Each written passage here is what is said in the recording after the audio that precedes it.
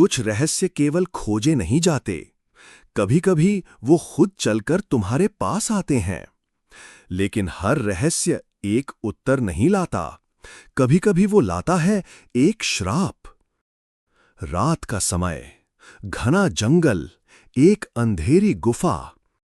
इंगा अपने सपनों से घबरा कर उठती है, पसीने से तर। उसकी आंखों में बार बार वही चेहरा दिखता है, एक युवक जिसके माथे पर चमकती है त्रिकोणीय रेखा और जिसकी आंखों में आग है। वो बड़बड़ाती है, वो कौन है और मुझे क्यों बुला रहा है? उधर दूसरी ओर एक वीरान मंदिर के तहखाने में कुछ ऐसा था जो हजारों साल से बंद था। श्रापित रक्त जो कभी देवताओं और राक्षसों के युद्ध का हिस्सा था, अब दोबारा हरकत में था। प्राचीन मंडल के दरवाजे खुलते हैं। एक गुप्त संगठन चक्रम, जो आदि के अस्तित्व से पहले से परिचित था, अब उस शक्ति को रोकने नहीं बल्कि पाने के लिए सक्रिय हो गया था। उनका नेता तामस कहता है, आदि के रक्त में जो है वो भगवानों ने भी छुपा दिया था, अब वक्त है उसे फिर से जगाने का। इधर लिंगा और इंगा के बीच टकराव है।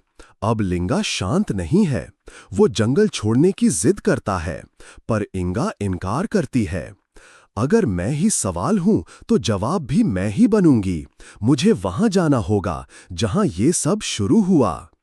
और इस बीच पहली बार आदि की चेतना में एक अनजानी आवाज गूंजती है, एक स्त्री स्वर वाली पुकार। तुम्हारे रक्त में जो है वो सिर्फ शक्ति नहीं, एक युद्ध की चिंगारी है, और युद्ध शुरू हो चुका है।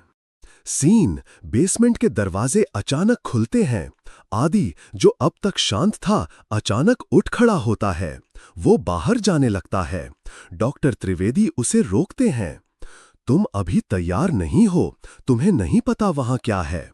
आदि, अगर मैं अब नहीं निकला तो शायद मैं कभी समझ ही नहीं पाऊंगा कि मैं इंसान हूं या कुछ और अब चक्रम, इंगा, त्रिवेदी और आदि सब एक ही धागे में बंधते जा रहे थे।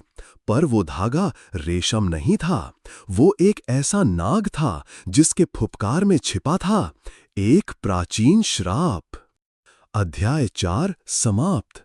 अगला भाग, नाग सूत्र।